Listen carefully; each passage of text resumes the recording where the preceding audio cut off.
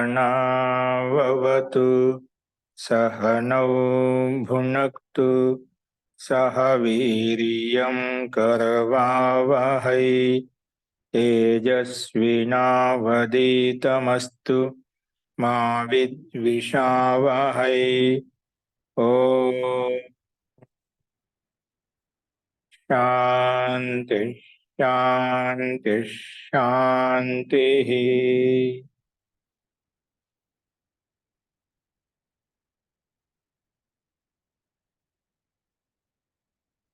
సర్వేభ్యో నమః.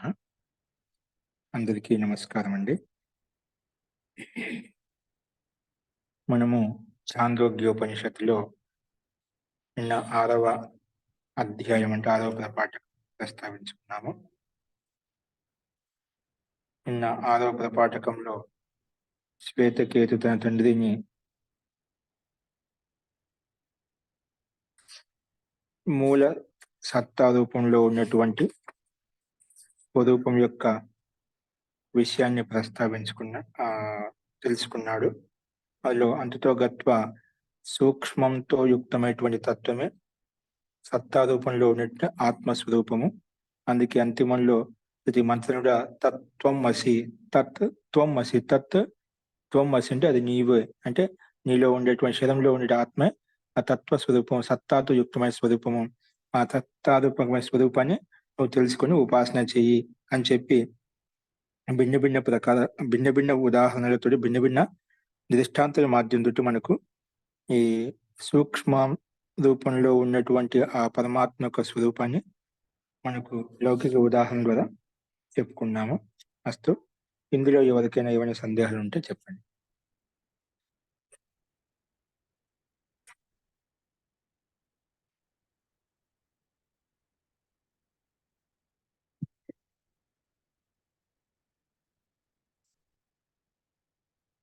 అస్తు తర్హి ప్రకృతవంశధామః. అది మీరు ఈ ఛాందోగ్యోపనిషత్తులో ఇక్కడి నుంచి మొదలుకొని మనకు ఈ చట ప్రపాఠకమైన ఇక్కడి నుంచి కొన్ని విశేషంగా ఉంటుంది దృష్టాంతాల మాధ్యంతో. ఇది మళ్ళీ కూడా ఒక్కొక్కసారి చదువుకోండి. ఇది చూడటానికి మన సంకేత రూపంలో ఉంటాయి, కానీ మాటికి చదువుతూ ఉంటే అంటే వాటి యొక్క భావం ఏంటి, ఋషి యొక్క అభిప్రాయం ఏంటి, ఏ రకంగా దాన్ని దృష్టాంతం మాధ్యంతో మనం ఏ రకంగా ప్రస్తావించాలనుకుంటున్న విషయాన్ని మనం తెలుస్తుందన్నమాట.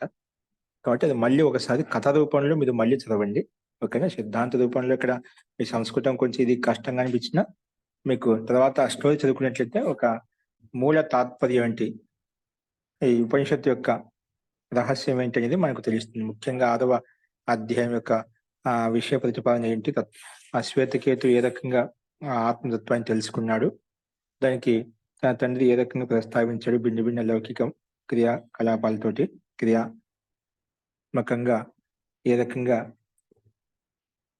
వినియోగించి తత్వరూపాన్ని ప్రస్తావించాలని మనం చూసాము. బట్ అది మళ్ళీ చదువుకోండి. అస్తు, ఇదో చూడండి.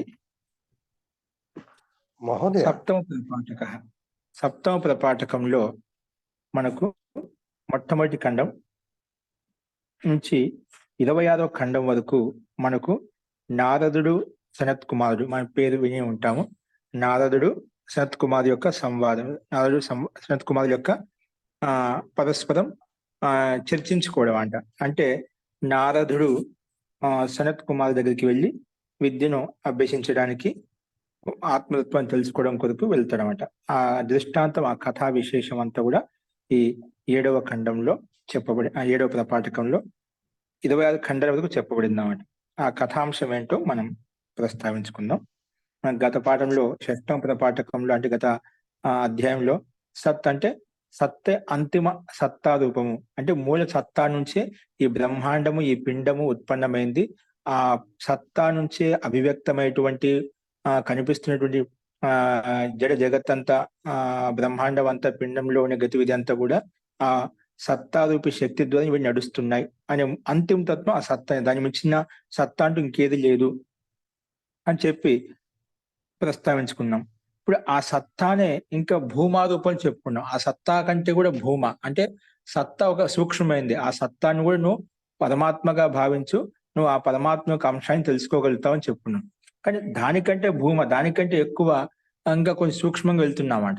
ఇది ఒక స్వరూపం. అంటే ఆ మూల బ్రహ్మాత్మ వరకు వెళ్ళడానికి, ఆ మోక్షాన్ని పొందడానికి వెళ్ళడానికి కొరకు కొన్ని మార్గాలన్నమాట. ఇప్పుడు ఇప్పుడు ఆ తత్వాన్ని తెలుసుకోవడం కొరకు ఇక్కడి నుంచి కొంచెం ఇంకా మెట్లు అంటే ఒక్కొక్క స్టెప్ బై స్టెప్ ముందుకెళ్తున్నామాట. ఆ స్టెప్పులు ఏంటి చెప్తది ఇక్కడ.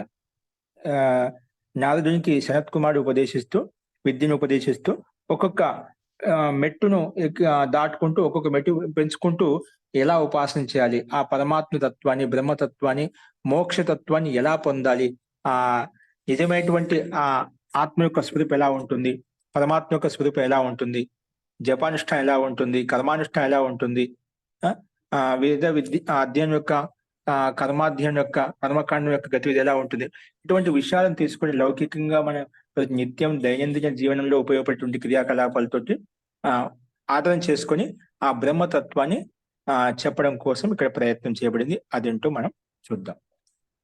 చూడండి, ఇక్కడ ప్రథమ ఖండంలో 7వ అధ్యాయ. సో సప్తమ ప్రపాఠకం కూడా వచ్చు. అందులో ప్రథమ ఖండం ఏంటో చూడండి. బట్ ఏం చెప్పాను, ఈ మనం గత పాఠంలో అంతిమ సత్తా రూపం, సత్తనే అంతిమ తత్వం అని చెప్పుకున్నాం. ఆ తత్వం నుంచి విని సమస్త బ్రహ్మాండ పిండము ఆ శక్తితో విని నడుస్తున్నాయని చెప్పుకున్నాం. దానికి ఇంకా కొంచెం సూక్ష్మంగా లోపలికి వెళ్ళి చెప్పుకున్నాం. అది ఒక వరకు ఒక సీడీ అంటే ఒక అవధి అనమాట. ఆ పరమాత్మ తత్వాన్ని తెలుసుకోవడం అవధిని చెప్పుకున్నాం. దానికంటే భూమి ఇంకా ఎక్కువ సూక్ష్మత కలిగిన తత్వం గురించి మనం చెప్పుకుంటున్నాం అనమాట. చూడండి, ఇక్కడ ఓం అని ప్రారంభిస్తూ, ఓం అధీహి భగవ ఇతి హ ఉపససాద సనత్ కుమారం నారద తం హోవాచ యత్ వేత్త తేన మ ఉపాసీద తతస్థ ఊర్ధ్వం వక్ష్యాం ఇతి స హోవాచ. అంటే ఇక్కడ ముందుగా పరమపిత పరమాత్మ అయినటువంటి ఆ సర్వరక్షకుణ్ణి సంబోధిస్తూ, ఓం అంటే ఏ సర్వరక్షకుడా, అంటే అందరికీ రక్షకుడైనటువంటి పరమేశ్వర, అధీమహి, అధీమహి అంటే నేను శిక్షణ, అధీమహి నాకు నేను చదవడానికి సిద్ధంగా ఉన్నానంటే నాకు శిక్షణ ఇవ్వండి. అధీమహి, అహం అధీమహి అంటే నాకు ఇక లోట్ల కాలంలో అధీమ శిక్ష దీజియే, నాకు శిక్షణ ఇవ్వండి అంటే నాకు విద్యను నేర్పించండి. హే భగవన్, భగవహ అని చెప్పి సంబోధిస్తూ సనత్ కుమార్ని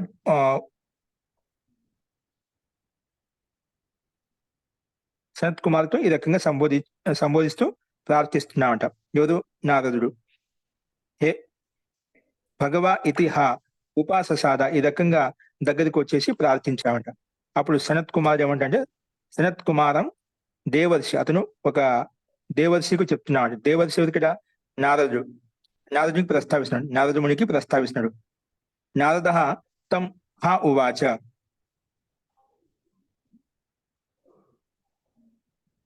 అంటే ఆ నారదునికి సనత్ కుమారం తం హ ఉవాచ, సనత్ కుమారుడు అంటే సనత్ కుమారుడు అంటే తాత్పర్యం అంటే ఎల్లప్పుడు యువావస్థలో ఉంటామంట. అంటే ఎప్పుడు అంటే ఎప్పుడు కూడా అతనిలో వృద్ధత్వం అనేది కనిపించామంట. అంటే ఆ రకంగా ఆయన ఉండేవాడు అనమాట. ఆ రకంగా ఆరోగ్యం కానీ ఆయన యొక్క తపశ్శక్తి కానీ ఆ రకంగా ఎల్లప్పుడు, అందుకే సనత్ కుమారుడు అని చెప్పి చెప్పుకుంటాడు. అంటే ఎల్లప్పుడూ కుమార రూపంలో కనిపించేటువంటి ఋషి ఆ సనత్ కుమారుడు అని చెప్పి ఇక్కడ ఒక అర్థం చెప్పబడింది. కాబట్టి అలాగా ఎప్పుడు యువావస్థలో ఉన్నట్టుగా కనిపిస్తాడు. కానీ ఒక దేవశ్రేణి దివ్యత్వాన్ని పొందినాడు, అంటే బ్రహ్మతత్వాన్ని పొందినటువంటి వ్యక్తి ఆ సనత్ కుమారుడు అనమాట. అస్తు. అలా సనత్ కుమారుడు దగ్గరికి నారదముని విద్యను అభ్యసించుకోవడం తెలుసుకోవడం కొరకు అతని దగ్గరికి వచ్చి ప్రార్థిస్తా ఉంటాయి. ఎందుకంటే అతని గురించి, సనత్ కుమారుడు గురించి అనేక మంది ఋషులు, బ్రహ్మత్వాన్ని పొందినటువంటి ఋషులు ఎవరైతే ఉన్నారో చాలా మంది ఆ సనత్ కుమారుడు దగ్గరికి వెళ్ళి అని చెప్పి ఉద్బోధించారు అనమాట. ఆ రకంగా ప్రస్తావించారు. అందుకే అతని దగ్గరికి జ్ఞానం తెలుసుకోవడం కొరకు సనత్ కుమార్ దగ్గరికి వచ్చి, హే భగవాన్, నాకు ఆ జ్ఞానాన్ని ప్రసాదించండి అన్నప్పుడు ఆ ఋషి సనత్ కుమార్ ఏమంటా అంటే, నువ్వు ఇంతవరకు ఏం తెలుసుకున్నావు ముందు నాకు చెప్పు, దాన్ని బట్టి నీకేం చెప్పాలి నేను చెప్తాను. నువ్వు ఇంతవరకు ఏం చదువుకున్నావు ఆ విషయాన్ని ప్రస్తావన. అదే ఏమంటారు సనత్ కుమార్, నారదం తం ఉవాచ యద్వేత్త తేన మా ఉపసీద. నువ్వు ఇంతవరకు ఏదైతే వేత్త అంటే తెలుసుకున్నావో ముందు ఉపాసీద, యద్వేత్త తేన మా ఉపాసీద, అది నా దగ్గర కూర్చో, ముందు అది చెప్పు, ఆ విషయాన్ని ముందు నాకు ప్రస్తావించు, నువ్వు ఏం తెలుసుకున్నావు, ఇంతకు ఏం చదివావు అది నాకు ప్రస్తావించు. తతస్థ ఊర్ధ్వం వక్ష్యామి ఇది స ఉవాచ. అలాగే భగవాన్ చెప్తా అని చెప్పి చెప్తున్నావట. తతస్థ ఊర్ధ్వం అంటే వక్ష్యామి, అది ఏం చదువుకున్నా అంటే ఏ విధంగా నేను నేర్చుకున్నా అంటే అవి విషయాన్ని ప్రస్తావిస్తున్నామట. అందుకే తత తే ఊర్ధ్వం వక్ష్యామి ఇది స హోవాచ, అవన్నీ విషయాన్ని ప్రస్తావించాట. తే అంటే నీకు ఆ విషయాన్ని అంతా నేను ఏం చదువుకున్నాను, ఎక్కడ చదివానో అవన్నీ విషయాన్ని ప్రస్తావిస్తా అని చెప్పి నారదముని చెప్తున్నాడు ఈ రెండవ మంత్రాంశంలో. కాబట్టి మొట్టమొదటి ఏం చెప్పాడు, ఒకసారి సనత్ కుమారుడు అని చెప్పాడు, ఎల్లప్పుడూ కుమారావస్థలో ఉన్నటువంటి కుమారూపంలో ఉన్నటువంటి ఆ సనత్ కుమార్ అంటే ఋషి ఎవరైతే ఉన్నదో అతని దగ్గరికి నారదముని వచ్చేసి నాకు జ్ఞానం ఇవ్వండి, జ్ఞానం నేర్పించండి, శిక్షణ ఇవ్వండి అని చెప్పి ప్రార్థించామట. అవి ఋషి ముందు నీ దగ్గర ఏమున్నాయో నాకు అవి ఏం చదువుకున్నా నాకు అవి చెప్పు, దాన్ని బట్టి నేను చెప్తా అని చెప్పి ఈ రకంగా ఉల్లేఖిస్తాడు 1వ మంత్రాంశంలో. 2వ మంత్రం ఏమంటున్నారు చూడండి. ఋగ్వేదో భగవో అధ్యేమి యజుర్వేదం సామవేదం ఆథర్వణం చతుర్థం ఇతిహాస పురాణం పంచమం వేదానాం వేదం పిత్రియం రాశిం దైవం నిధిం వాకో వాక్యం ఏకాయనం దేవ విద్యాం బ్రహ్మ విద్యాం భూత విద్యాం క్షత్ర విద్యాం నక్షత్ర విద్యాం సర్పదేవజన విద్యాం ఏతదు భగవో అధ్యేమి. ఇవన్నీ నేను చదువుకున్నాను. చూడు, నారద మహర్షి ఎన్ని చదివాయంట, ఋగ్వేదం చదువుకున్నాడంట. ఋగ్వేదం స హ ఉవాచ, అప్పుడు నారదుడు ప్రస్తావిస్తున్నాడు ఎవరికి, సనత్ కుమారి ఋషికి చెప్తున్నాడు. ఋగ్వేదాన్ని ఏ భగవాన్ అధ్యేమి నేను చదువుతున్నాను. అలాగే యజుర్వేదాన్ని కూడా నేను చదువుకున్నాను. సామవేదం అథర్వవేదం, అలాగే ఈ 4 వేదాలు చెప్పుకున్న తర్వాత 5వ వేదం కింద చెప్పాడు ఇతిహాస పురాణం, మొత్తం ఇతిహాసాలు ఏవైతే ఉన్నాయో, పురాణాలు ఏవైతే 18 పురాణాలు ఏవైతే మొత్తం అవి చదువుకున్నాను.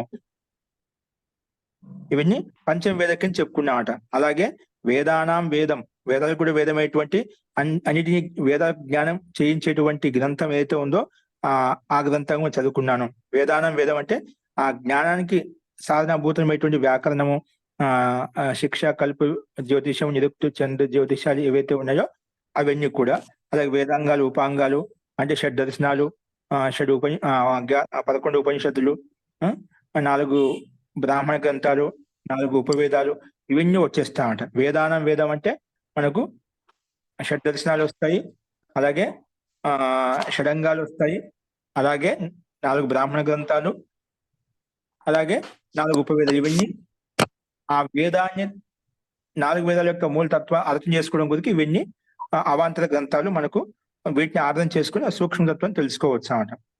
అసలు ఎందుకంటే ఆ వాటి నుంచి ఇవన్నీ మనం ఋషి మహర్షులంతా కూడా మనకు అర్థం చేసుకోవడానికి ఆ రకంగా సారాంశాన్ని మనకు భిన్న విషయాన్ని తీసుకొని ఒక్కొక్క ఋషి ఒక్కొక్క విషయాన్ని ప్రతిపాదించాడు అనమాట. సో అందుకే ఇవన్నీ నేను పంచమ వేద పురాణాలు చదువుకున్నా. అలాగే వేదానం వేద, అలాగే పితృకర్మకు సంబంధించినటువంటి పితృ శుశ్రూష సంబంధించిన విషయ విజ్ఞానం అంతా కూడా గృహస్థకు సంబంధించిన విజ్ఞానం అంతా చదువుకున్నాను. అలాగే రాశి అంటే గణిత విద్య, ఏ రాశి ఎక్కడ ఉంటుంది, ఏ నక్షత్రంలో ఉంటుంది, ఏ కాలంలో ఉంటుంది, ఏ ఉపగ్రహాల మీద ఉంటుంది, ఇటువంటి రాశి విద్యను కూడా నేను చదువుకున్నాను.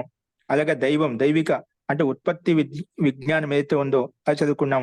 నిధి అర్థశాస్త్రం చదువుకున్నాను. వాకోవాక్యం అంటే తర్కశాస్త్రం, తర్కపూర్వకంగా మాట్లాడే విధి విధానం సంబంధించి తర్కశాస్త్రం ఏదో ఉందో ఆ విషయాన్ని కూడా నేను ప్రస్తావించుకున్నాము. అలాగే ఏకాయనం ధర్మశాస్త్రం, దేవ విద్యం నిరుక్త శాస్త్రం, బ్రహ్మ విద్య ఎందుకు దివ్యత్వాన్ని తెలియజేస్తున్నాడు. ఒక శబ్దకోశం దాన్ని నిరుక్తం అనమాట. దాంట్లో ఉండేటువంటి ముఖ్యమైనటువంటి శబ్దాలు ఏవైతే ఉన్నాయో వాటి యొక్క అర్థాన్ని బోధిస్తుంది నిరుక్త శాస్త్రం. అలాగే బ్రహ్మ విద్యను అంటే తత్వ సంబంధి శాస్త్రీయ చర్చ, బ్రహ్మ విద్యను బోధించేటువంటి తత్వార్థం విషయంలో చర్చించుకునేటువంటి విషయాన్ని సంబంధించి ఏదైతే ఉందో అది కూడా చదువుకున్నాను. అలాగే భూత విద్య ప్రాణి మాత్ర యొక్క స్థితిగతి ఏంటి అనేది ఆ భౌతిక శాస్త్రాలను సంబంధించి ప్రాణి శాస్త్రానికి సంబంధించి ఇవన్నీ చదువుకున్నాం. క్షత్ర విద్య అంటే క్షత్రకు సంబంధించిన ధను విద్య, అలాగే నక్షత్ర విద్య, జ్యోతిష్ శాస్త్రాన్ని, సర్ప దేవజన విద్య. సర్ప విద్య అంటే సర్ప చికిత్స, అది ఒక వైద్యంలో ఆయుర్వేదంలో ఒక విశేషమైన విద్య అనమాట. ఆ రకంగా విశేషంగా పనిచేస్తుంటాయి అన్నమాట. అలాగే దేవజన విద్య అంటే లలిత కళా విద్యలు. ఏతత్ వీటన్నిటి కూడా భగవాన్ అధ్యమహి, ఇవన్నీ నేను విద్యను పొందాను, ఇవన్నీ నేర్చుకున్నాను. చూడు ఎన్ని రకాల విద్యలు చెప్పుకున్నాడు. ఇవన్నీ ప్రాచీన వేదిక వాంగ్మయం ఇవన్నీ ఉండేటువంటి ఈ సంపూర్ణ విద్యను దాదాపుగా అన్ని చదివేశాడు నారదముని. ఇన్ని చదివిన తర్వాత కూడా ఇంకా బ్రహ్మ విద్య అతనికి కలలేదు. నేను బ్రహ్మ విద్యను ఆ ఆత్మతత్వాన్ని పొందలేకున్నాను. అన్ని చదువుకున్నా కానీ నాకు ఆత్మతత్వం ఆత్మ సంతృష్టి కలగడం లేదు అని చెప్పి ఆ ఉద్దేశంతో ఇక్కడ సనత్ కుమార్ దగ్గరికి వచ్చి ప్రస్తావించాడు. ముందు ఇవన్నీ నేను నేర్చుకునేవి ఏంటో అని చెప్పేశాడు, ఉల్లేఖించండి 2వ మంత్రంలో. అస్తు ఇలా చెప్పిన తర్వాత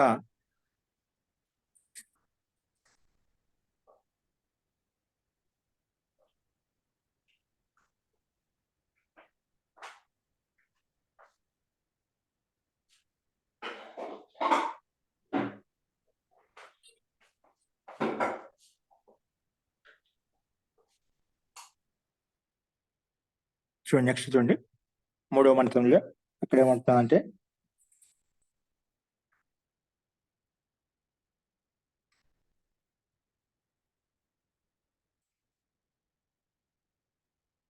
సోహం భగవో మంత్ర వేద మంత్రవిత్ ఏవ అస్మి న ఆత్మవిత్ శృతం హేవ మే భగవద్ దృశ్యేభ్యో స్థరతి లోకం ఆత్మవిత్ ఇతి. సో అహం భగవః శోచామి తమ్మా భగవాన్ శోకస్య పారం తారయతు ఇతి. భగవాన్ శోకస్య పారం తారయతు ఇతి తం హోవాచ యద్వై కించ ఏతద్ అద్యగిష్ట నామ ఏవ ఏతత్. ఇంతగా చదువుకున్నామో నామ మాత్రమే. స అహం భగవః మంత్రవిత్ ఏవ అస్మి న ఆత్మవిత్. ఆత్మవిత్ కాదు, శృతం ఏంటి విన్నా. నేను ఏమిన్నా అంటే శృతం హి ఏవ మే భగవదృశ్యేభ్య. భగవదృశ్యేభ్య అంటే ఇక్కడ భగవదృశ్యేభ్య శోకం ఆత్మవిత్ ఇతి స అహం భగవః శోచామి తం మా భగవాన్ శోకస్య పారం తారయతు ఇతి తం హ ఉవాచ యద్వై కించ ఏతద్ అద్యగిష్టాః నామ ఏవ ఏతత్. నువ్వు ఇంతవరకు చదువుకున్నావో నామ మాత్రమే, ఇవన్నీ కూడా నామ మాత్రమే అన్నమాట. స అహం అంటే ఇక్కడ ఇంకేం చెప్తున్నా అంటే ఇవన్నీ హే భగవాన్ మంత్రవిత్, నేను ఇవన్నీ చదువుకున్నాను, మూలపాటు చదువుకున్నాను, కానీ అంతా ఏ శాస్త్రాలు ఉన్నాయి, ఏ గ్రంథాలు ఉన్నాయి, మన్ని మొత్తం చదువుకున్నాను, మూలపాటు చదువుకున్నాను, కానీ వాటి యొక్క మంత్రవిత్ అంటే కేవలం మంత్రాలు మాత్రం తెలుసుకున్నాను, శబ్దాలు మాత్రం తెలుసుకున్నాను, అంటే మంత్రాలకు మాత్రం జ్ఞాతాహం. మంత్రవిత్ ఏవ అస్మి నా ఆత్మవిత్, ఆత్మవిత్ కాలేకపోయాను. వీటిని చదువుకున్నప్పుడు కూడా నాకు ఆత్మ సాక్షాత్కారం, ఆత్మ సంతృష్టి నాకు కలగలేదు. కేవలం మంత్రాలను మాత్రం తెలుసు, ఈ మంత్రాలు శ్లోకాలు మాత్రం తెలుసు, కానీ దాని యొక్క అర్థానుసారంగా మంత్రానుసారంగా అయితే అర్థం జ్ఞాతం ఏదైతే ఉందో అది తెలుసుకోలేదు. అందుకే నా ఆత్మవిత్ కాలేదు అని చెప్పి నారదముని సనత్ కుమార్తో అంటున్నామట. అందుకేను ఆ పరమాత్మని బ్రహ్మ సాక్షాత్కారం చేసుకోలేకపోయాను. కానీ శృతం హి నేను విన్నాను, తెలుసుకున్నాను వేదవాళ్ళ ద్వారా. ఎందుకంటే ఏవ మే భగవత్ సదృశ్యేభ్య, నేను మీలాంటి భగవద్ దృశ్యేభ్య అంటే మీలాంటి మహాన్ వ్యక్తులతోటి తరతి శోకం ఆత్మవిత్. ఎందుకంటే ఇలాంటి మహాత్మాలతోటి ఇలాంటి వ్యక్తులతోటి నేను విన్నాను. విన్నా అంటే తరతి శోకం ఆత్మవిత్ అంటే తరింపబడతాడు ఎవరు, ఏం తరింపబడతాడు? శోకం. అంటే సంసార దుఃఖ సాగని తరించుకోగలుగుతాడు. ఎవరు తరించుకోగలుగుతాడు అంటే ఆత్మవిత్. ఎవరైతే ఆత్మవిత్ అంటే ఆత్మ సాక్షాత్తం చేసుకున్నారో, ఆత్మతత్వాన్ని పొందగలిగారో వాళ్ళు శోకం తరితి. ఈ శోకం అంటే దుఃఖ సాగరాన్ని దాటుకోగలుగుతారు. సంసారరూపి దుఃఖ సాగరాన్ని దాటుకోగలుగుతారు.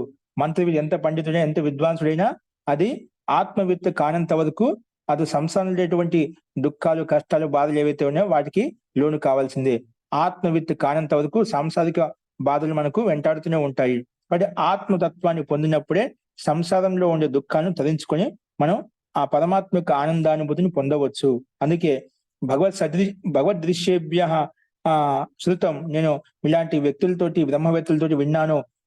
తరతి శోకం ఆత్మవిత్, ఆత్మజ్ఞానం కలిగిన వాళ్ళు, బ్రహ్మజ్ఞానం కలిగిన వాళ్ళు ఎవరైతే ఉన్నారో వాళ్ళే దుఃఖ సాగరాన్ని దాటుకోగలుగుతారు, దుఃఖ సాగరాన్ని అతిక్రమించగలుగుతారు అని ఈ రకంగా విన్నాను. అందుకే హే భగవన్ సహ అహం భగవ, నేను ప్రార్థిస్తున్నాను. శోచామి అంటే నేను శోకమగ్నంలో ఉన్నాను, దుఃఖంలో, బాధలో ఉన్నాను. తం మా భగవాన్ శోకస్య పాదం తారేతు. అందుకే నన్ను ఈ దుఃఖంలో, శోక సాగరంలో ఉన్నటువంటి నన్ను హే భగవన్ శోకస్య పాదం తారేతు, దుఃఖ సాగర్ను తదింపచేయి. పాదం తారయేతు, నన్ను తదింపచేయి, దుఃఖ సాగరం దాటించు అని ప్రార్థించాడ. పాదయేతు ఇతి అని ఈ రకంగా సనత్ కుమార్ని ప్రార్థించాడు.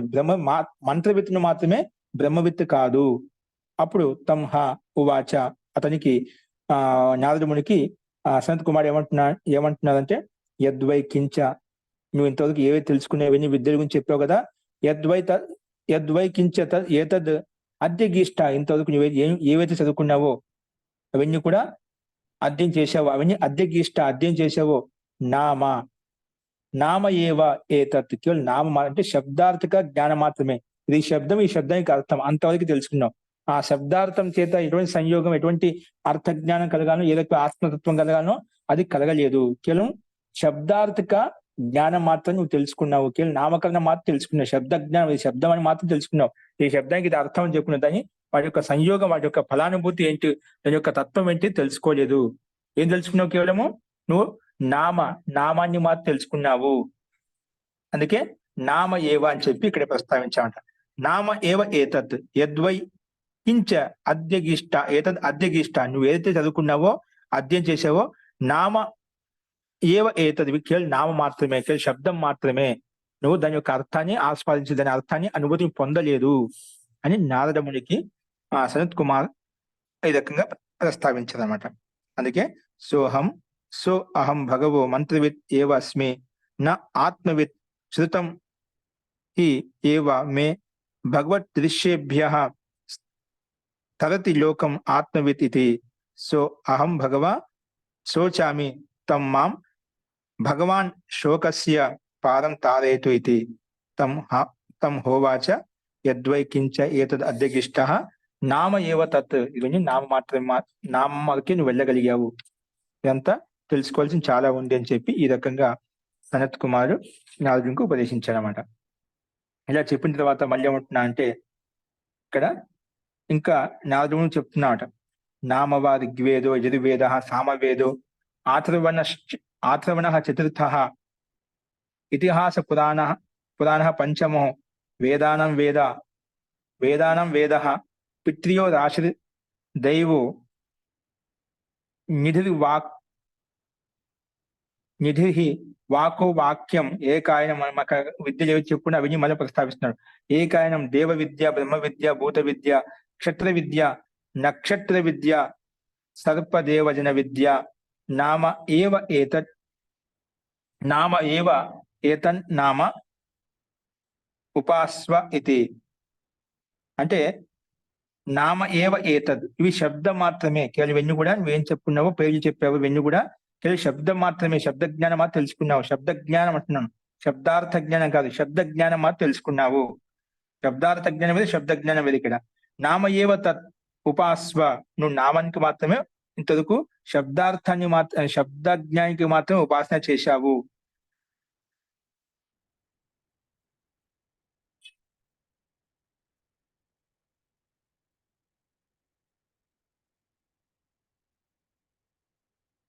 కానీ ఇక్కడ ఇంతవరకు నువ్వు చేసింది నామకం చేశావు, కానీ ఇక్కడ నువ్వు అర్థపూర్వకంగా ఇవన్నీ శబ్ద జ్ఞాన మాత్రిహే.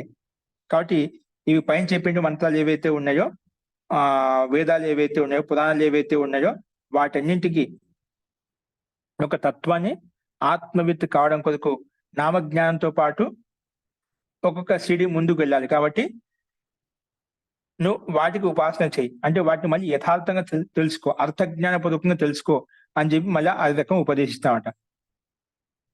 ఇప్పుడు ఈ నామానికే నువ్వు ఉపాసన చేసావు కాబట్టి ఈ శబ్ద జ్ఞానంతో నువ్వు ప్రారంభించేది ఒక మెట్టు నువ్వు దాటుకుని వెళ్తున్నావు.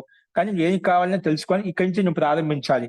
కాబట్టి ఈ శబ్ద జ్ఞానంతో నువ్వు ప్రారంభించు, వీటికి మళ్ళీ ఉపాసన చేయని చెప్తామన్నమాట. అంటే ఇప్పుడు ఒక నామజ్ఞానం, ఇప్పుడు మనం ఏదైతే నామకంతో నామానుష్ఠానం జపం చేస్తున్నాం, రామ శబ్దాన్ని అనుష్ఠానం చేస్తున్నాం, గాయత్రి మంత్రం అనుష్ఠానం చేస్తుంటాం, ఓంకార అని అనుష్ఠానం చేస్తుంటాం. ఇవన్నీ ఒక అవధి, అంటే ఒక సీమ వరకు నేను తీసుకెళ్తానమాట. ఇక్కడ ఏదైనా చేసినానో ఈ శాస్త్రం కూడా ఒక అవధి అనమాట, ఒక సీమ వరకు తీసుకెళ్తాయి. దాన్ని పూర్తిగాను దాని రకంగా అదే విధంగా ఆచరిస్తూ దాన్ని ఆ రకంగా ఆస్వాదించినప్పుడు నీకు ఒక నీ సంసార సాగరని తరించగలుగుతాయి అనమాట. కాబట్టి ఇక్కడ ఏమంటున్నా అంటే ఇవన్నీ నువ్వు ఈ నామానికి ఉపాసన చేయి. ఇలా చేయడం వల్ల ఏమవుతుంది, ఇలా ఉపాసన చేయడం వలన ఈ నామానుష్ఠానికి ఉపాసన చేయడం వలన ఈ నామానికి ఎంతైతే గతి ఉందో, అంటే ఎంతవరకు నేను అంతవరకు తీసుకెళ్తాయి. అది ఒక నిర్బాధితమైనటువంటి బాధించినటువంటి దాని యొక్క గతి ఎంత, ఒక లిమిట్ ఉంటుంది అన్నమాట. ఆ లిమిట్ ఎంతవరకు నువ్వు అంతవరకు వెళ్ళగలుగుతావు అని చెప్పి, కాబట్టి వీటికి ఉపాసన చెయ్యి మళ్ళీ అని చెప్పి వీటిని తీసుకొని విశేషంగా ఋగ్వేదం, యజుర్వేదం 4 వేదాలను, పురాణాలను, ఇతిహాసాలను తీసుకొని పంచమ వేదమైనటువంటి తత్వాన్ని తీసుకొని, అలాగే పితృ రాశి దేవో నిధి వాకో వాకాయని విని శాస్త్రాలు ఏవైతే ఉన్నాయో వాటన్నిటికీ ఆ నామకరణకి మళ్ళీ ఉపాసన చెయ్యి, వాటిని ఇతిహాసం తెలుసుకో. ఆ నామ జ్ఞానం ఎంతైతే ఉందో, ఎంతవరకు నిర్బాధ గతిపూర్వక నీ తీసుకెళ్తుందో అంతవరకు నీకు ఉన్నతి కలుగుతుంది అని చెప్పి వీటిని ఇప్పుడు ఆత్మతత్వంగా భావించి, ఇదే ముఖ్యంగా భావించి ముందు ఈ మెట్టు పైకి ఎక్కు. అంటే ఇది ఒక సీడీ అనమాట, ఒక మెట్టు అనమాట. ఆత్మతత్వం వరకు వెళ్ళడానికి ముందు ఈ సీడీని దాటుకుని వెళ్ళాలి. కాబట్టి నువ్వు ముందు దీనికి ఉపాసన చెయ్యి అని చెప్పి నారద మునికి ఆ స్నుత్ కుమార్ ఋషి ఎవరైతే ఉండేదో ఈ రకంగా ఉద్బోధిస్తానమాట. కానీ ఇలా చెప్పిన తర్వాత ఎక్కడి వరకు నువ్వు నిలబడద్దు. నామ ఏవ ఏతత్ తన్నామ ఉపాస్వ ఇది, అంటే దీని నామాన్ని ఉపాసన చేయి, కానీ నువ్వు అక్కడి వరకు నిలబడొద్దు. మరి దాన్ని దాటుకుని వెళ్ళిపోవాలి. ఇది ఒక మెట్టు అని చెప్పాం కదా, బ్రహ్మతత్వాన్ని పొందడానికి ఒక మెట్టు లాంటిది. ఆ మెట్టును దాటుకుని వెళ్ళాలి, నువ్వు అక్కడే ఆగిపోవద్దు అని చెప్పి కూడా ముందే ప్రస్తావించాను అనమాట. అస్తు. ఇలా చెప్పిన తర్వాత ఏ భగవాన్ కేవల్ ఇది అయిపోయింది. చూడండి, ఋగ్వేద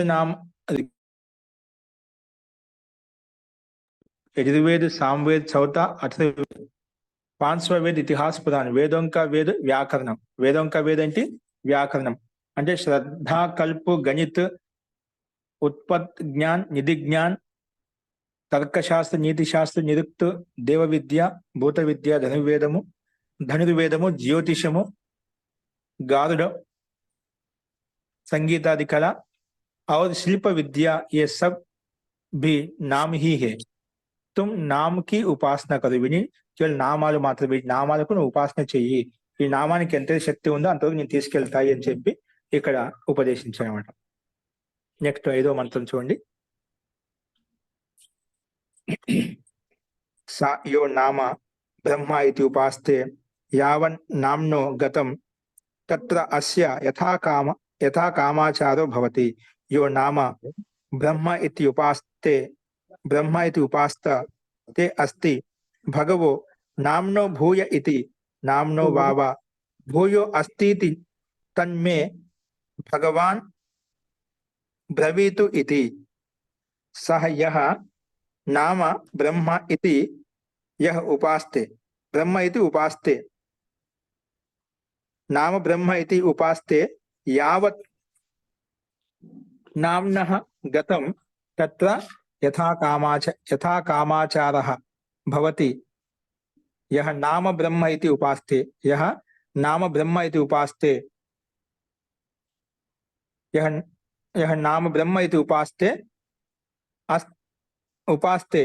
అస్తి భగవః నామ్నః భూయః ఇతి నామ్నః వావ భూయః అస్తి ఇతి తత్ మే బ్రవీతు ఇది తత్ మే బ్రవీతు, అది నాకు తెలియచేయని చెప్పి మళ్ళీ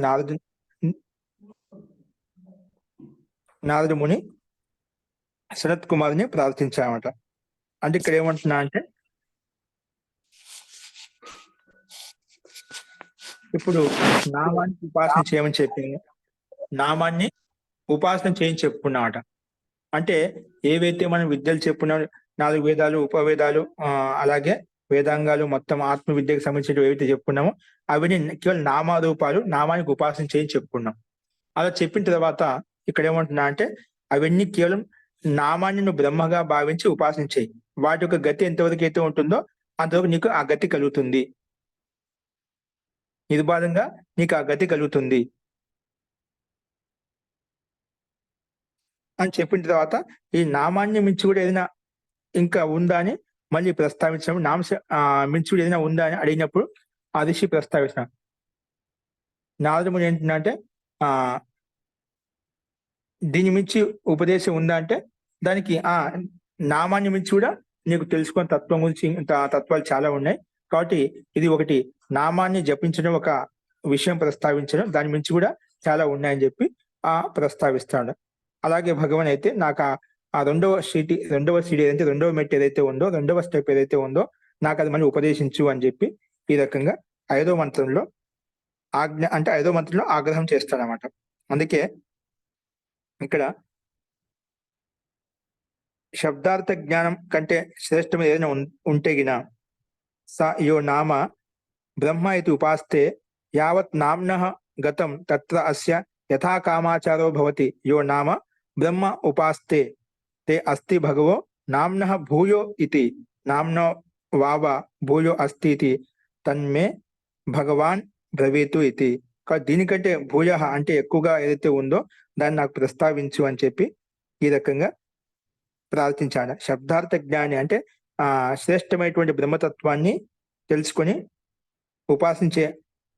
ఎవరు ఉపాసన చేస్తారో, అంటే వాటికి, అంటే ఈ నామరూపాన్ని, శబ్దార్థ జ్ఞాన్ని అదే బ్రహ్మగా భావించి ఎవరైతే ఉపాసన చేస్తారో, ముందుగా నామ గురించి చెప్పారు కదా, ఆ నామాన్ని బ్రహ్మగా భావించి, పరమాత్మక అంశీభూతంగా భావించి ఎవరైతే ఉపాసన చేస్తారో వారికి యావత్ నామ్నః గతం, అంటే ఎవరికి ఆ నామానికి శబ్దార్థ జ్ఞానం ఎంతైతే గతి ఉంటుందో అక్కడి వరకు తత్ర యథా కామాచార, అంటే యథేష్టంగా వాటి యొక్క గతి ఎంతైతే ఉందో అంత నిర్బాధ రూపంగా యథేష్టంగా అక్కడ విహరించగలుగుతాడు, అంటే నిర్విఘ్నంగా అక్కడికి ప్రవేశిస్తాడు. యథా కామాచర భవతి, ఎవరైతే నామాన్ని ఉపాసన చేస్తూ, నామాన్ని బ్రహ్మగా భావించి, శ్రేష్టత్వంగా భావించి ఉపాసన చేస్తుందో అటువంటి వ్యక్తికి కామాచరంగా ఆ గతి వరకు వెళ్ళగలుగుతా అని చెప్పుకున్నాం.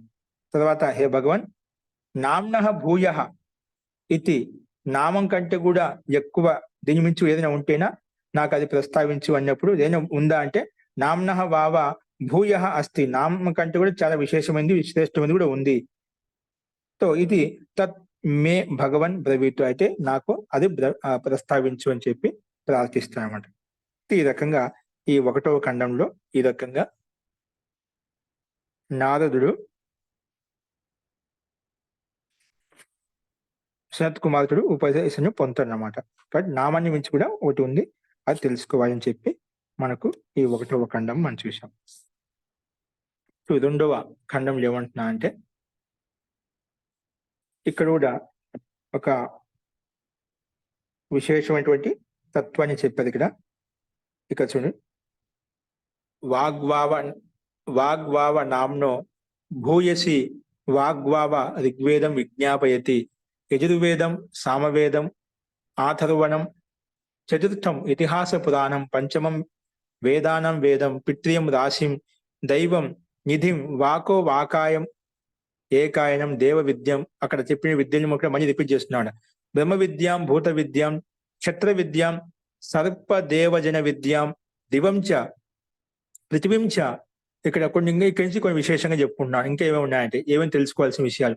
దివంచ పృథివీంచ వాయుంచ ఆకాశంచ అపశ్చ తేజశ్చ దేవశ్చ మనుష్యాశ్చ పశుశ్చ వయా వయాంసి చ తృణ వనస్పతి అశ్వ అశ్వపదాన్ అశ్వపదాని ఆ కీట పతంగ పిపీలికం ధర్మం చ అధర్మం చ సత్యం చ అనృతం చ సాధు చ అసాధు చ హృదయజ్ఞం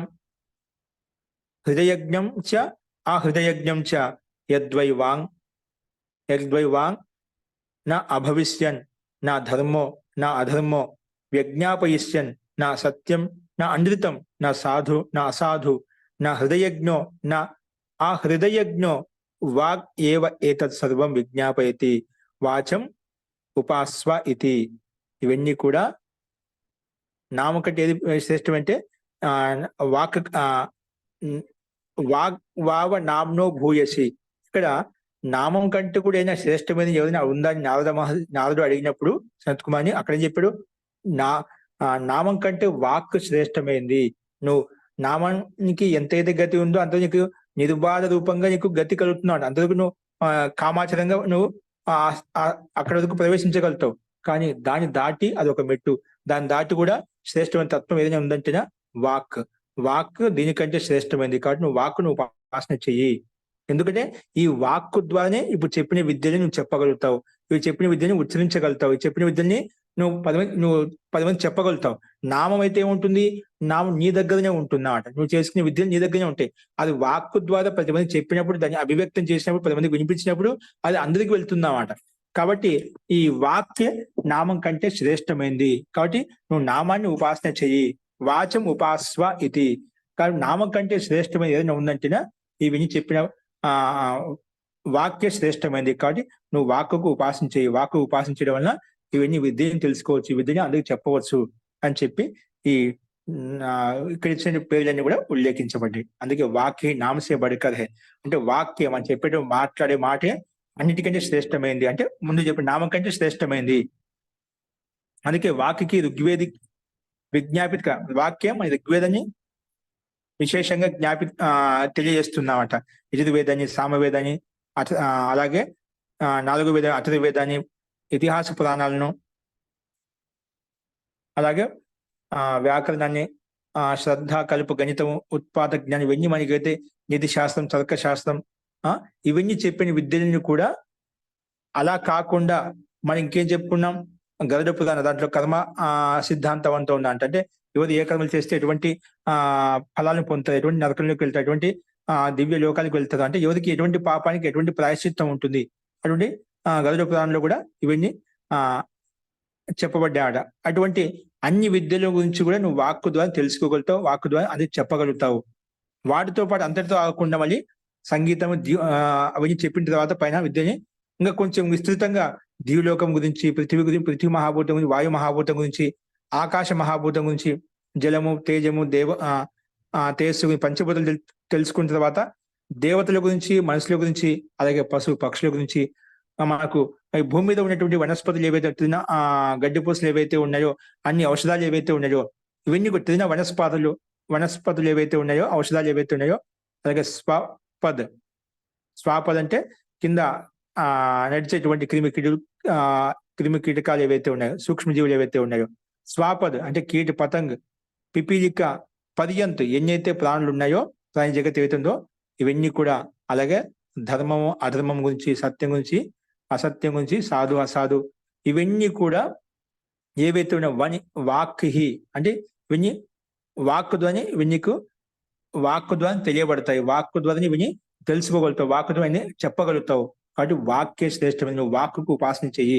వాక్కును అందుకే మనం ఏం చేసినదని వాక్కుని అంత సక్రమంగా, అంత వ్యవస్థితంగా మనం ఒక కొలత పెట్టి కొలిసిన విధంగా ఉండాలి మన మాట. ఆ రకంగా మన సంయమంగా, మన నియంత్రణలో ఉండాలి.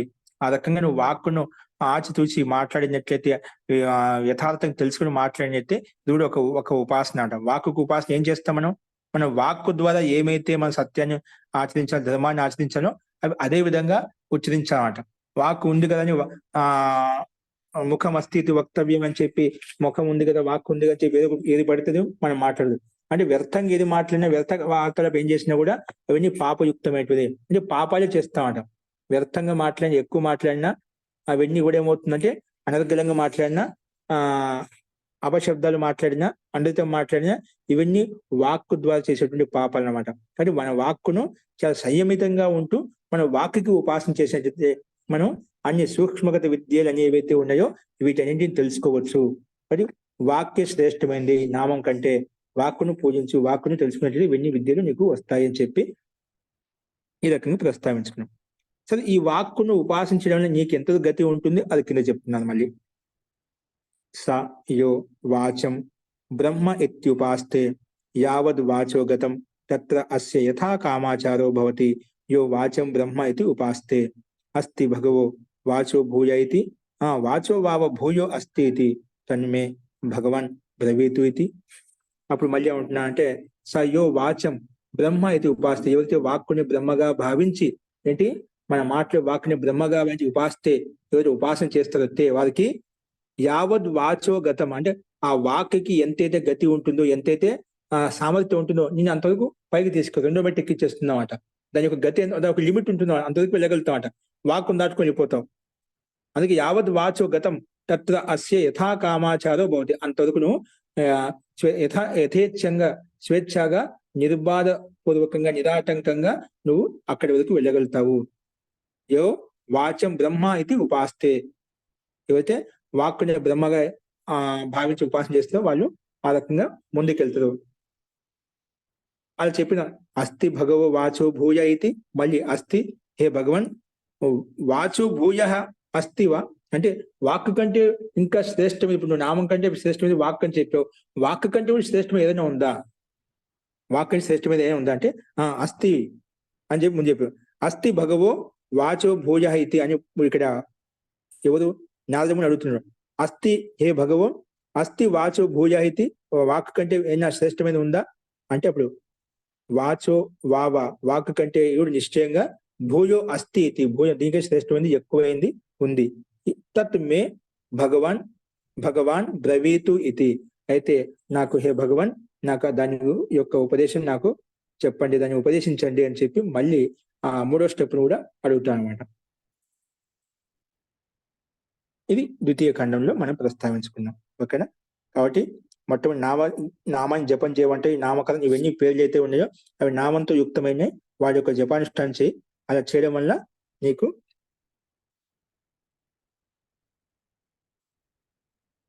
వాడి యొక్క సామర్థ్యం చేత వాక్కుని తెలుసుకోగలుగుతాం. ఆ వాక్కు యొక్క సామర్థ్యం యొక్క గతిని పొందిన తర్వాత దాని నుంచి ఇంకో ముందు వెళ్ళగలుగుతాం. దానికంటే ముందు ఏముంది, వాక్కు కంటే శ్రేష్టత్వం ఏముందని చెప్తే అది మూడవ ఖండంలో చెప్పబడింది. చూడండి, ఇది కూడా సింపుల్ గా చూడండి.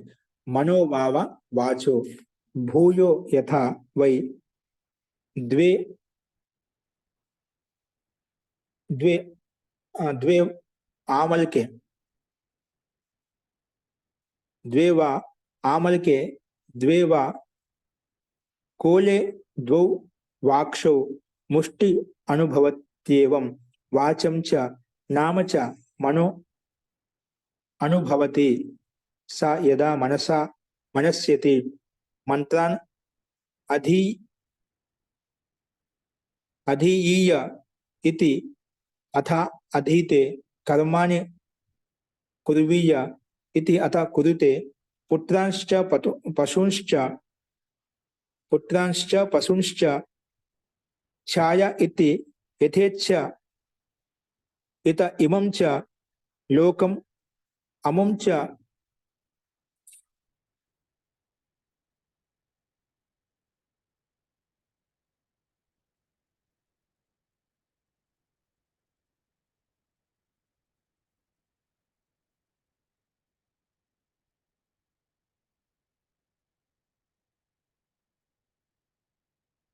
इमं च लोकम् अमुं च इच्छेय अथ इच्छते मनः हि आत्मा मनः हि लोकः मनः हि ब्रह्म మనః ఉపాస్వ ఇది.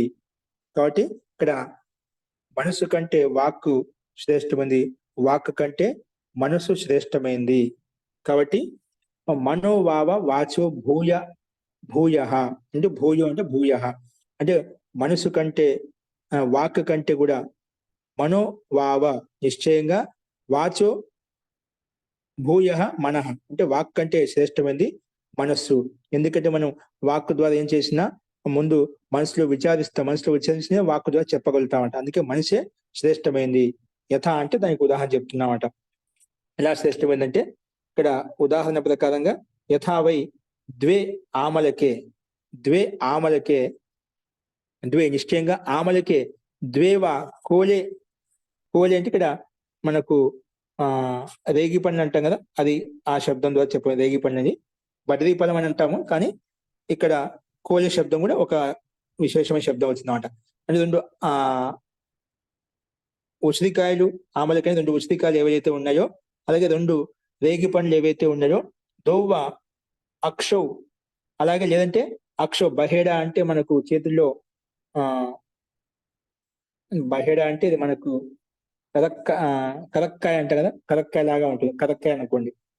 బహేడ అంటే అదే అనుకుంటున్నాను. కరక్కాయ అంటే రెండు కరక్కాయలు, రెండు రేగి పండ్లు, అలాగే ఉసిరికాయలు ఏవైతే ఉన్నాయో మన చేతిలో పెట్టుకున్నప్పుడు ఇలాగా మనకు వాటికి అనుభూతి కలుగుతుంది. ఇవి ఏంటివి అని చెప్పి తెలుస్తుంది అన్నమాట. బయట ముష్టి అంటే మన చేతిలో పెట్టుకుని ముట్టి బిగించినప్పుడు అనుభవం కలుగుతుంది అన్నమాట. ఏవం వాచం చ నామచ అంటే ఇక్కడ దీంట్లో ఒక వాక్ ద్వారా మన నామం ద్వారా తెలుసుకునేది, నామం ద్వారా ఇది ఇలా ఉంది అంటే ఇది రెండు ఉసిరికాయలు ఇలా ఉన్నాయి, రెండు కోలే రేగిపని ఇలా ఉన్నాయి, బహేడ ఇలా ఉన్నాయి, ఇవి అని చెప్పి మనం నామం ద్వారా అలాగే వాక్కు ద్వారా రెండు చెప్పగలుగుతాం. మనం అనుభూతిని పొందగలుగుతాం, ఇక్కడే అనుభూతి పొందగలుగుతామట. అందుకే వాచంచ నామచ మనః అనుభవతి. ఈ మనసు ఈ వాక్కును నామాన్ని కూడా మనం చెప్పే నామరూపంలో మన దగ్గర ఉంది, అది వాక్కు రూపంలో వ్యక్తం చేశాం. ఈ రెండింటిని కూడా అనుభూతిని పొందేది మనస్సు అనమాట. అందుకే మనః అనుభవతి. సహ మనుష్య యదా మనసా మనస్యతి, అదే ఆ మనసును ఇంకా ఎవరైతే మననం చేస్తారో, మననం చేస్తారో, మంత్రాన్ అధియీయ అని ఇంకా మంత్రాన్ని ఎవరైతే అధ్యయనం చేస్తారో, మంత్రాన్ని అధ్యయనం చేస్తారో, అధియీయ ఇది అథ అధీతే అది చదువుతారో, కర్మాని కురువీయ అలాగే కర్మలను ఎవరు చేస్తారో, అథ కుదితే అలాగే కర్మ విచారించి చేస్తున్నామట. నేను కర్మాను కుదివీయ అంటే కర్మలు చేయాలి అని చెప్పి ఆలోచించి, కర్మాను కుదివీయ అని ముందు మనసు ఆలోచించాడు, తర్వాత అత కుదితే అప్పుడు తర్వాత చేస్తాడు. ముందు మనసులో ఆలోచిస్తాము, విచారిస్తాం, తర్వాత చేస్తున్నాం. కాబట్టి కర్మాను కుదివీయ తో అత కుదితే పుత్రాంచ పశుంచ అలాగే పుత్రులను పశువులు కావాలి ఇచ్చేయ ఇష్టపడతామట. అదేవిధంగా అథ ఇచ్చతే అదేవిధంగా వాటిని ఇష్టపడతామట. ఈ రకంగా ఇమంచ లోకం ఈ లోకాన్ని అంటే పృథ్వీలోకాన్ని, అమంచ ద్యులోకాన్ని ఇచ్చేయ నేను కావాలని ఇష్టపడుతూ మనసు సంకల్పించి, అదేవిధంగా అథ ఇచ్చతే అదేవిధంగా ఇష్టపడి దానికి అనుగుణంగా ప్రయత్నం చేస్తామట. ఈ రకంగా మనసే ఆత్మ యొక్క తత్వాన్ని ఎల్లప్పుడూ గతిని తెలియచేస్తున్నామట. అంటే మనసు ద్వారానే ఆత్మ యొక్క గతి, ఆత్మ యొక్క జ్ఞానం అని తెలుస్తున్నామట. అంటే ఆత్మ జ్ఞానం కలుగుతుంది. మనసే ముఖ్యంగా ఉంది కాబట్టి అందుకే మనసే శ్రేష్టమైంది. అందుకే మనిహి ఆత్మ, మనిహి లోక, ఈ మనసు ద్వారానే మనకు మనసే ఈ లోకానికి కూడా ఆధారం, ప్రతిష్టాత్మకమైంది. మనసే బ్రహ్మ. ఇక్కడ ఈ సందర్భంలో మనసే బ్రహ్మ కాబట్టి మనసుని బ్రహ్మగా భావించి నువ్వు ఉపాసన చెయ్యి. కాబట్టి మనసే శ్రేష్టమైంది. మనః ఉపాస్వ ఇది, మనసులో బ్రహ్మగా భావించి నువ్వు చింతన చేసి ఉపాసన చెయ్యి అని చెప్పి ఇక్కడ మనసు శ్రేష్టత్వాన్ని ఈ రకంగా ప్రస్తావించాలి. అన్నిటికీ మనః ఏవ కారణం బంధ మోక్షయోగ అని చెప్పే విధంగా ప్రస్తావించుకుంటాము. ఈ మనసును బట్టి మనకు అన్ని విషయాలు తెలుస్తూ ఉంటాయి. మనిషి ఆత్మ వరకు వెళ్ళి జ్ఞానం అందజేస్తుంది కాబట్టి మనిషి ముఖ్యమైనది. కాబట్టి మనసుని బ్రహ్మగా భావించి నువ్వు ఉపాసన చెయ్యి. అలా చేయడం వల్ల ఏమవుతుంది? స యో మనో బ్రహ్మ ఇది ఉపాస్తే, స యో మనో బ్రహ్మ ఇది ఉపాస్తే యావన్ మనసో గతం తత్ర అస్య యథా కామాచారో భవతి. యో మనో బ్రహ్మ ఇది ఉపాస్తే అస్తి భగవో మనసా భూయ ఇది మనసో భావ భూయో అస్తి ఇది తత్మే భగవాన్ బ్రవీతు ఇది. తో ఈ రకంగా నువ్వు మనసునే బ్రహ్మగా భావించి ఉపాసన చేసినట్లయితే ఏమవుతుందంటే యో సా యో మనో బ్రహ్మ అయితే ఉపాస్తే, బ్రహ్మగా భావించి ఉపాసన చేస్తుందో, యావత్ మనసో గతం, మనసు యొక్క గతి ఎంతవరకు అయితే ఉంటుందో అంతవరకు తత్ర అస్య యథా కామాచారో భవతి, అంతవరకు నువ్వు నిరాటంకంగా నిర్భార రూపంలో నువ్వు వాటి యొక్క గతి, మనసు యొక్క గతి ఎంతవరకు అయితే ఉందో అంతవరకు వెళ్ళగలుగుతావు. యో మనో బ్రహ్మ అయితే ఉపాస్తే, ఏదైతే మనసే బ్రహ్మగా భావించి ఉపాసన చేస్తుందో ఆ మనసు యొక్క గతి ఎంతైతే ఉందో ఆ గతి వరకు వెళ్తానే ఒక మూడో మెట్టు పైకి ఎక్కగలుగుతామట. అంతవరకు దానికి ఒక లిమిట్ ఉందా, మనసు కొంతవరకు వెళ్ళగలుగుతామట, అక్కడ వెళ్ళి మళ్ళీ ఆగిపోతామట. మళ్ళీ అక్కడి నుంచి అదే అంత బ్రహ్మ అంటే అదే బ్రహ్మ యొక్క అంశం సంపూర్ణ రూపం అని చెప్పి మనకి అక్కడే ఆగిపోతుంది. ఆ బ్రహ్మ యొక్క సంపూర్ణ స్వరూపం బ్రహ్మ రూపమే, బ్రహ్మ యొక్క సంపూర్ణ రూపం కాదు. కాబట్టి మనం అక్కడ ఒక లెవెల్ వరకు వెళ్ళామట, దాన్ని దాటుకొని వెళ్ళాలి. నువ్వు అక్కడికే సంతృష్టి పడకుండా నువ్వు అంతవరకు వెళ్ళు, దాని తర్వాత నెక్స్ట్ ఏం చేయాలని నీకు తర్వాత తెలుస్తుంది. కాబట్టి ఇక్కడ ముందుగా ఆ ఒక్కొక్క మెట్టు ఎక్కించుకుంటూ పైకి వెళ్తున్నారు. కాబట్టి సనత్ కుమార్ మహర్షి దానికి మూడో స్టెప్ ఏంటి, మనసే అత్యంత శ్రేష్టం. నామం కంటే వాక్ కంటే మనసే శ్రేష్టమైంది. కాబట్టి మనసునే బ్రహ్మగా భావించి ఉపాసన చెయ్యి. ఆ మనసు యొక్క గతి ఎంతవరకు అయితే ఉంటుందో అంతవరకు నిర్భార రూపంగా నీ పైకి తీసుకెళ్లిపోతుంది అని చెప్పి ఈ రకంగా నారద మునికి ఉపదేశించాడు సనత్ కుమార్. తర్వాత అంటే మనసు కంటే కూడా ఏమైనా శ్రేష్టమైనది ఉందా అని అడిగితే, అస్థి భగవో మనసో భూయైతి భయ భగవాన్, మనసు కంటే ఏమైనా శ్రేష్టమైన ఏమైనా ఉందా అంటే, మనసో వావ భూయో అస్థి ఇది, మనసు కంటే శ్రేష్టమైన ఇంకా తత్వం ఉంది. తత్ మే భగవాన్ భవేతు ఇతు, అయితే ఏ భగవాన్ దానికి అది ముందు ఉపదేశించు, అది మళ్ళీ ప్రార్థిస్తాడు.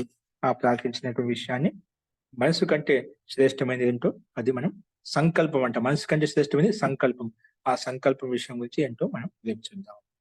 ఫస్ట్ ఇప్పుడు ఇందులో ఎవరికైనా సందేహం ఉంటే చెప్పండి.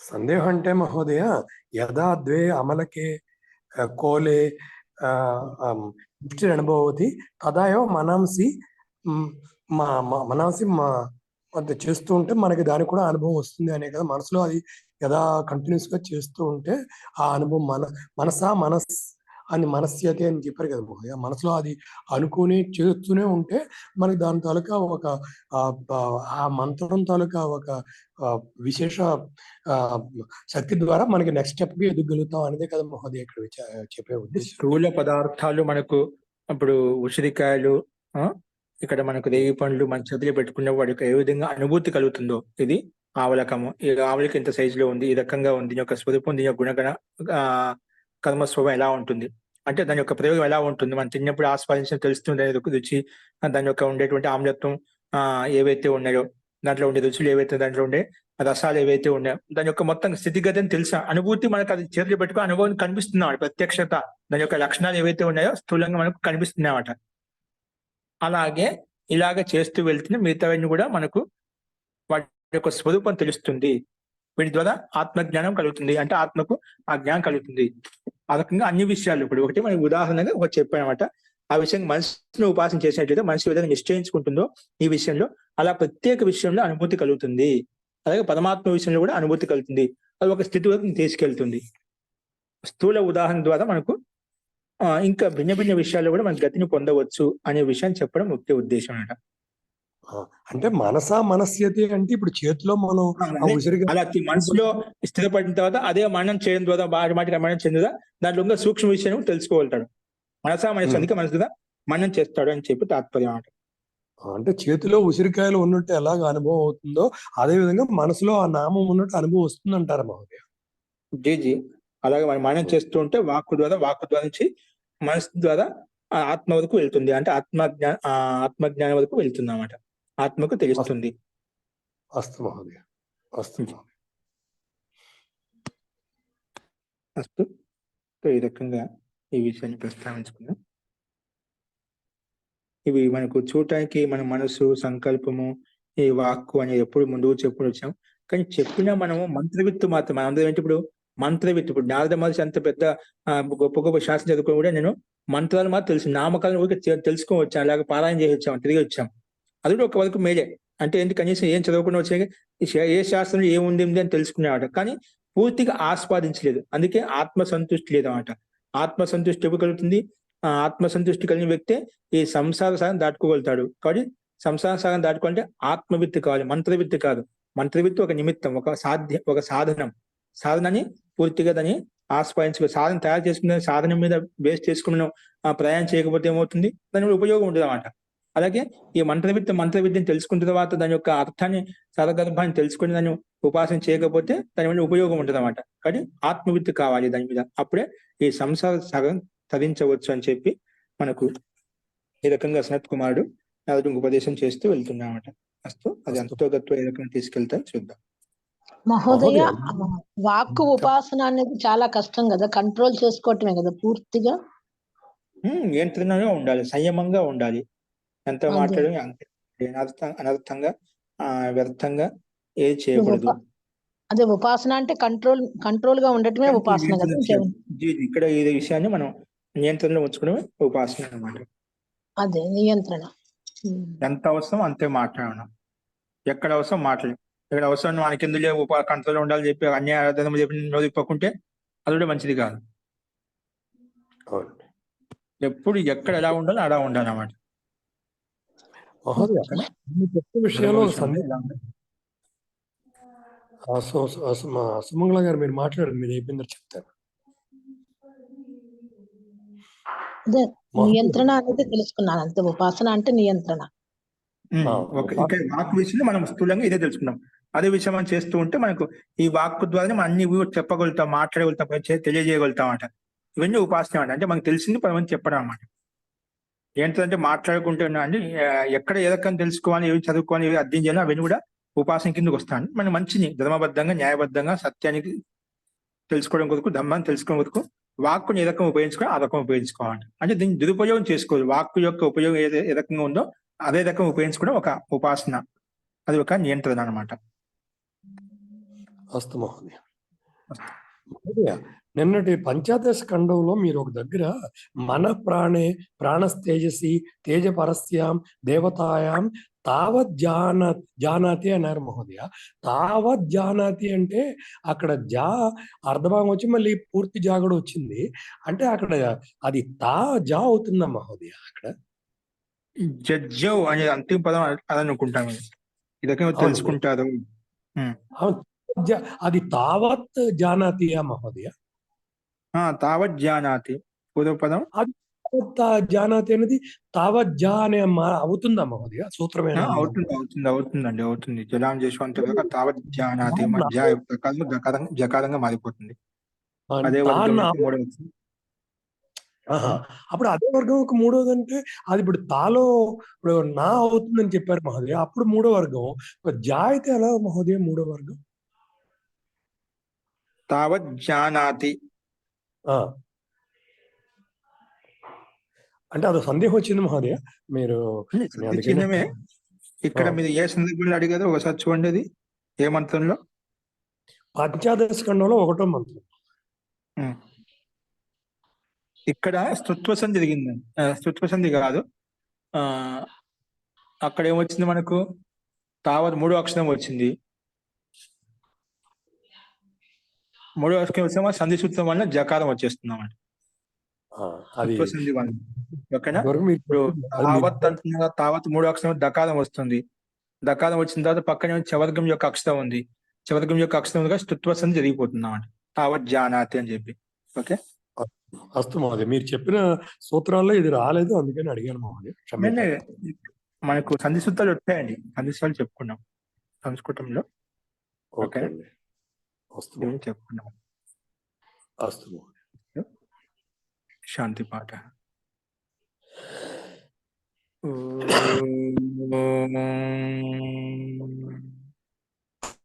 సర్వే భవంతు సుఖినః, సర్వే సంతు నిరామయాః, సర్వే భద్రాణి పశ్యంతు, మా కశ్చిత్ దుఃఖభాగ్ భవేత్.